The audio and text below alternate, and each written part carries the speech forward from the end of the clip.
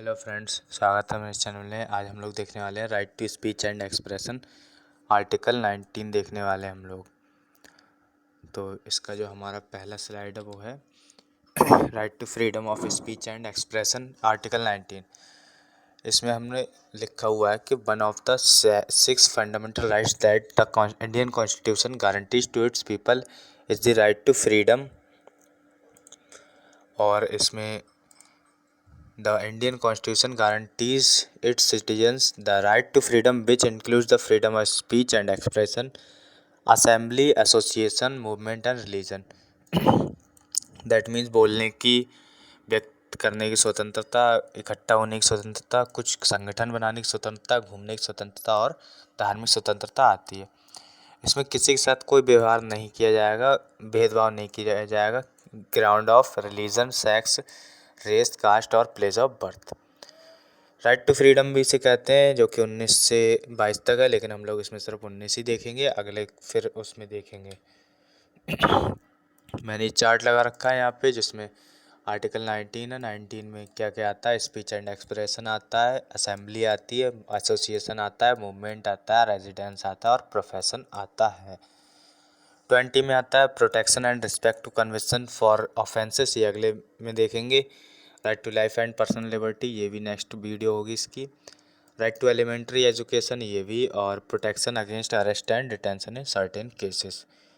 तो आर्टिकल 19 पे हम लोग फोकस करते हैं अभी, जिसमें पहला freedom of speech and expression.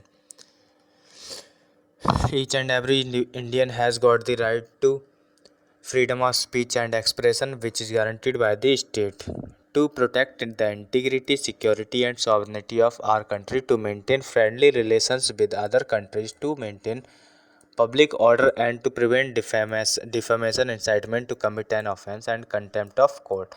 The state might impose certain restriction on the right to free speech and expression. इसका मतलब है कि हमें right to free speech and expression मिला तो हुआ है, लेकिन स्टेट इस पे बाउंड्री लगा सकती है अगर कोई ऐसी बात है जो उसकी इंटीग्रिटी, सिक्योरिटी या सॉवर्निटी या फिर पब्लिक ऑर्डर या फिर किसी का डिफेम करना है या कोई और भी चीज़ें, कंटेम्प्ट ऑफ कोर्ट आदि अगर होती हैं तो लगा सकती है, अन्यथा नहीं लगा सकती। Freedom to assemble, every person has the right to gather peacefully without arms as guaranteed by the state. हर किसी को अधिकार है कि वो शांति से इकट्ठा हो सकते हैं लोग और सभा वगैरह कर सकते हैं बिना किसी हथियार के, ये भी स्टेट देता है। लेकिन इसमें भी ये लिमिटेशन क्या है? National security, sovereignty, territorial integrity and public order को मेंटेन करना पड़ेगा। अगला है हमारा freedom to form association, unions, cooperative societies. मतलब जो भी व्यक्ति है वो एसोसिएशंस बना सकते हैं, यूनियंस बना सकते हैं या फिर कोऑपरेटिव सोसाइटीज़ बना सकते हैं, मतलब संगठन वगैरह बना सकते हैं, उसके लिए कोई नहीं रोकता। लेकिन लिमिटेशन उसमें भी यही है कि जो देश है उसकी इंटीग्रिटी, सिक्योरिटी और सॉवरेनिटी पर आँच ना आए। फ्रेंडली रिलेशंस हैं किसी कंट्री के साथ, पब्लिक ऑर्डर अगेंस्ट डिफेमेशन, ये चीज़ें भी नहीं होनी चाहिए। और किसी भी कोर्ट का डिसोबीडियंस, मतलब कि आदेश न मानने वाली बात नहीं होनी चाहिए। अगला फ्रीडम टू मूव फ्रीली। हमारा जो कॉन्स्टिट्यूशन है हमें एक राइट ये भी देता है कि हम कहीं पर भी घूम सकते हैं बिना किसी रोक टोक के। लेकिन इसमें भी एक कंडीशन है कि शेड्यूल्ड ट्राइब्स हैं या फिर जो प्राइवेट एरियाज़ हैं, आर्मी के एरियाज़ हैं, वहाँ आप नहीं जा सकते हो। ऐसा नहीं कि आपकी इच्छा हुई तो वहाँ उठ के चल दिए, बोल दिए कि राइट है, लेकिन ऐसा नहीं है। अगला freedom of residence. Indian citizens are permitted to live anywhere. Bharat के लोग हैं, कहीं पे भी रह सकते हैं, उनके लिए कोई रोक टोक नहीं है। लेकिन यहाँ पर लिमिटेशन क्या है? शेड्यूल्ड ट्राइब्स का जो एरिया होता है, इंटरेस्ट, वहाँ नहीं रह सकते हो, किसी की सेफ्टी वाली प्लेस पे नहीं रह सकते।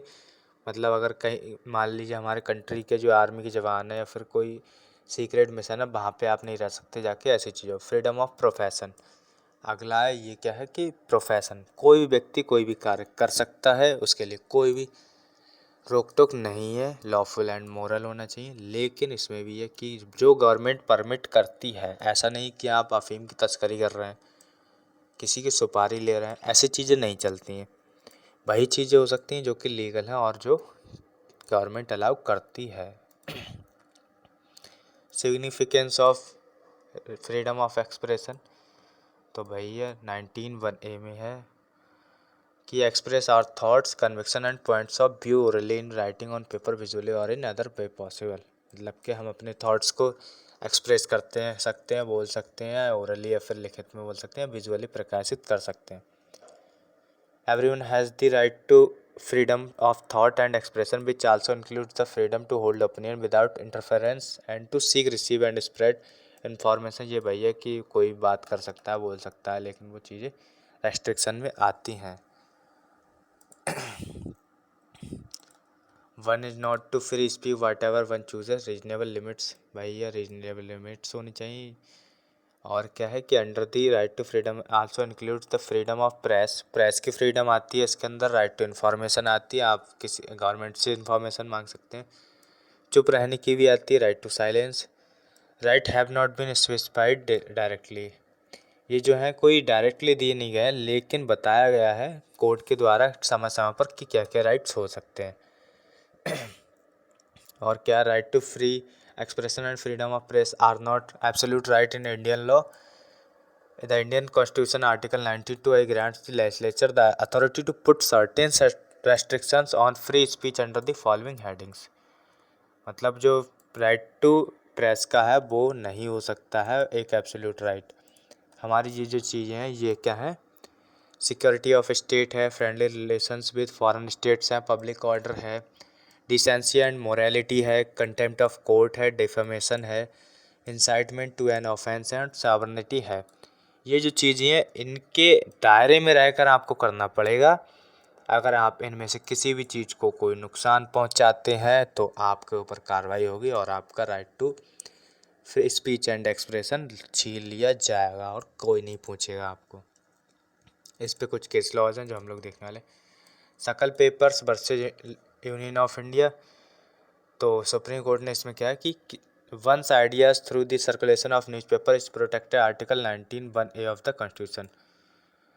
और लेकिन सेंट्रल गवर्नमेंट के पास पावर है कि वो इन चीज़ों को रेगुलेट कर सकती है और इसको डिस्ट्रीब्यूशन को रोक सकती है। The government issued an order, लेकिन ये कोई ऐसा नहीं होना चाहिए कि प्रेस का जो है कोई राइट वायलेट हो रहा है या फिर इसको पर्सनल दुश्मनी के लिए लिया जा रहा है, ऐसा कुछ नहीं होना चाहिए। अगर ऐसा है तो फिर क्या है, ये चीज़ गलत होगी, डिस्क्रिमिनेशन भी इसे कह सकते हैं हम लोग। दूसरा है Bennett Coleman trial court, the supreme court examined the effect on freedom of speech provided under article 19(1)(a, जिसमें कहा गया कि notice of re entry upon the forfeiture of lease and the threatened demolition of express building was intended to silent voice of the Indian express and therefore, ये भी क्या है, violation है of right to speech and expression का, क्योंकि new Indian express को बोलने से रोका गया था। तीसरा है हमारा हमदर्द दवाखाना वाला केस है, जिसमें क्या गया है कि commercial advertisement were not covered with in the concept of freedom of speech and expression. Commercial जो भी हैं वो नहीं हो सकते हैं, लेकिन इसमें हमने क्या कहा कि act to be constitutional stating that it not infringe on freedom of speech and expression. The true meaning of intent of Challenge Act was connected with commerce, and the terms of the act imposed fair limits on the petitioner's exchange and company in the public interest. As such, the act was repealed in compliance with 1906। ये जो है कि जो commercial advertisement होते हैं वो हमें क्या करना पड़ेगा कि लिमिट में बनाने पड़ेंगे, ऐसा नहीं आप कुछ भी बोल दोगे। विजय इमानुअल और स्टेट ऑफ केरला, इसमें क्या था कि जो 3 लड़कियां थी उन्होंने नेशनल एंथम गाने से मना कर दिया था, तो इसमें कोर्ट ने कहा unless he has sincere moral conviction on the grounds of his religion conviction. In this case 3 girls belonging to Jehovah witness were suspended from school and never rejoined for failing to sing the national anthem. तो high court of Kerala ने क्या बोला है कि prevention of insults which made it a criminal offense to disrespect national anthem. However, Supreme Court overturned the High Court's ruling and found that it had committed and found that it had no committed no violence. The expulsion of children from school in accordance with Article 19(1) subparagraph A was also a violation of their basic rights, which led to freedom of silence. मतलब कि अगर वो silent रहती हैं लेकिन उसकी disrespect नहीं करती नेशनल एंथम की, तो इसमें उन्होंने कोई क्राइम नहीं किया, ये बोला गया है इस केस में।